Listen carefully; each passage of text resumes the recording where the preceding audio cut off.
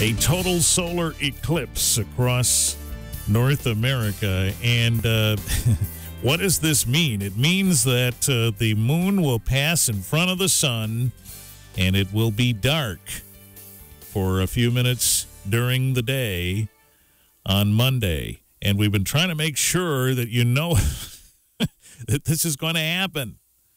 Imagine there's folks out there who, when the sky starts to darken, are going to freak out a little bit. We're going to try to get you the information you need. We've checked in with NASA before, and we're ready to do that again. So listen up now for these details. We're joined by Dr. Geronimo Villanueva, right now a NASA scientist who's on the line with us this morning. Doctor, good morning to you. Hello, good morning. So are we ready for this?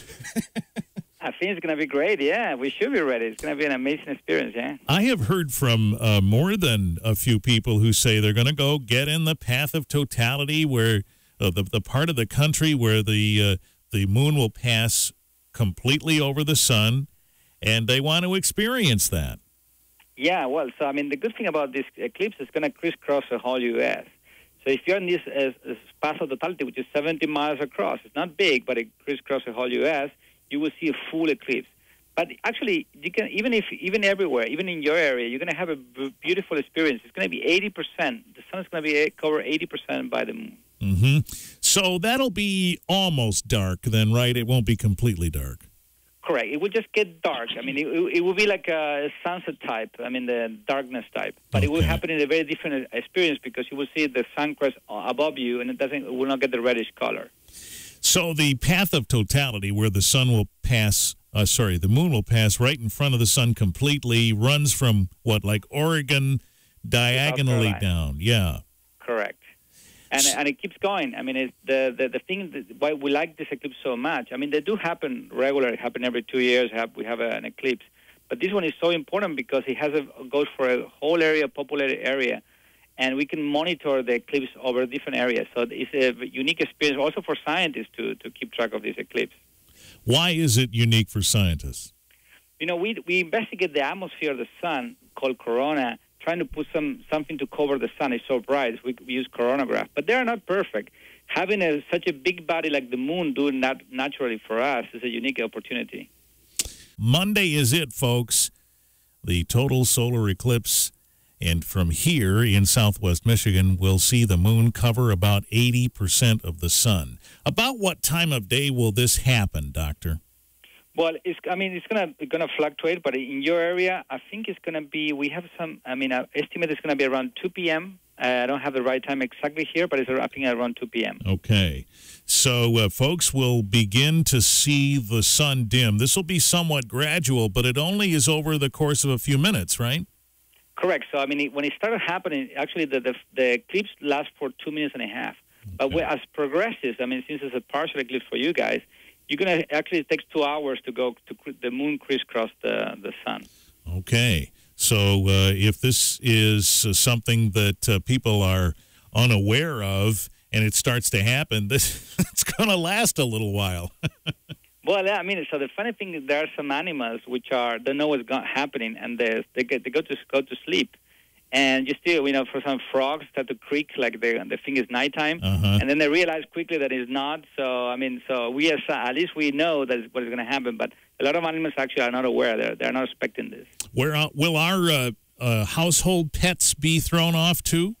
Well, I mean, some of the most sophisticated animals, like they should be prepared for that. They will be interesting, but it will not be bad. But it mostly happens with more simpler animals. So I think our pets are going to be fine. Yeah. All right. So the point is, you can't stare at this with the naked eye, right? That is correct. So that's the most important thing. It's very dangerous. You may get blind. So the best thing is to use this. We have eclipse glasses. You can actually find them in libraries or in stores. And this is the safest way, the only way. It has to be certified to look at the sun directly. So, yeah, even if you put a pair of sunglasses on, that's not the right thing.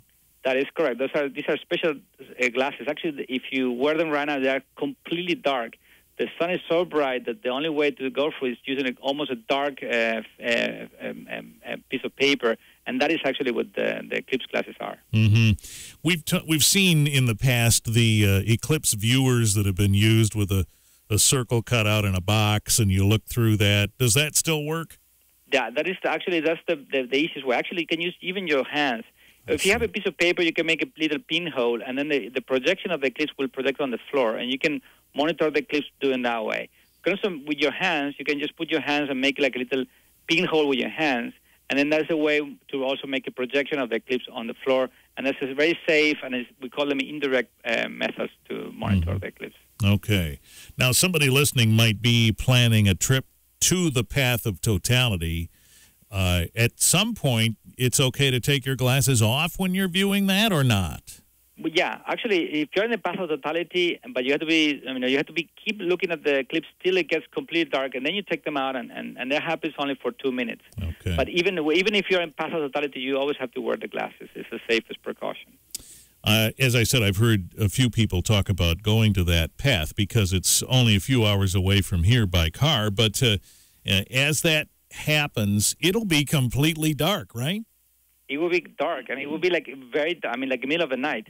So it's a beautiful experience. I mean, actually, the last time that something like this crisscross, the whole eclipse going across the U.S.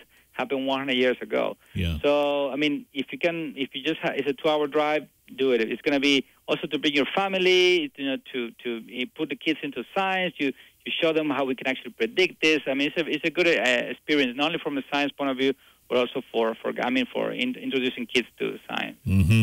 So what are the scientific interests here, Doctor? Well, I mean, when we try to investigate the sun, we have to build this complicated instruments called coronagraphs. What they do is block the sun, which is so bright, so we can see the dim atmosphere of the sun called corona. And we are very interested about the corona because that's the one that interacts with our planet and the planets in the solar system. So it's the connection point. We call it the weather of the sun. All right. And so when you see this opportunity comes, you have an opportunity to study things. What are you most interested in? Well, I mean, the main thing is, for example, we have this. We can see the auroras and the polar caps. Well, they're actually produced by storms on the sun. So by investigating the corona, we can investigate how the weather on the sun is affecting our own weather, our own process about our own atmosphere and our own planet, upper atmosphere.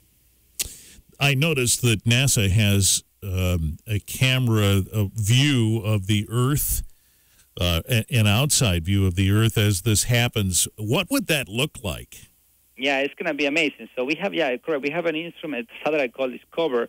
What it's doing is taking images of Earth as seen from the sun. So what we're going to see is like a big shadow going across the planet. It's like a very dark shadow going across the planet.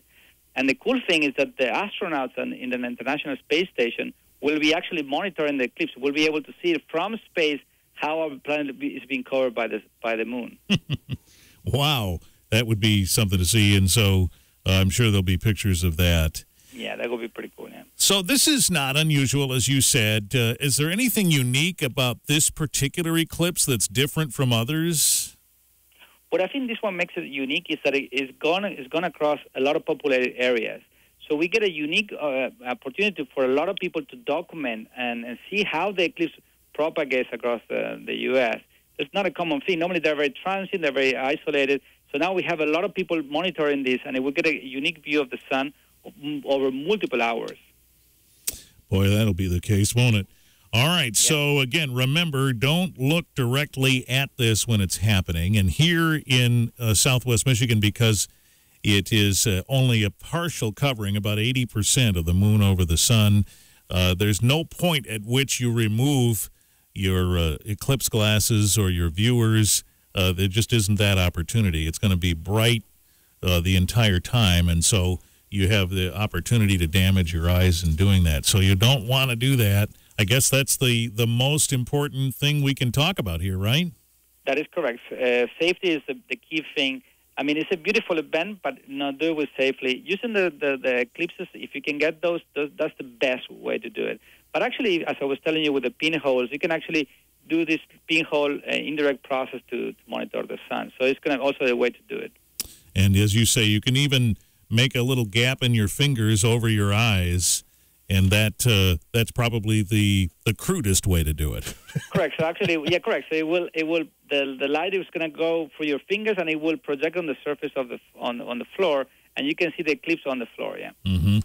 All right, so it's coming up on Monday, a total solar eclipse. Is there more information online that folks can access? Yeah, actually, yeah. So eclipse2017.nasa.gov, we have put a lot of information. It will tell you exactly when the eclipse is going to be over your area, how much if you're in path of totality, or how much your eclipse is going to be in your area, and importantly, a lot of safety tips. And also, if you want to participate on the eclipse, you want to document the temperature, or see how the clouds are moving, or how the animals are behaving. You can document that. We have an app. You can see all the things you see, and we scientists at NASA here, we are using that to collect information about the eclipse. Okay, very interesting. Again, that's eclipse2017.nasa.gov for all of that information. We'll put a link up, too, at 95.3 WBCK.com. Dr. Geronimo Villanueva, a scientist with NASA. Thank you.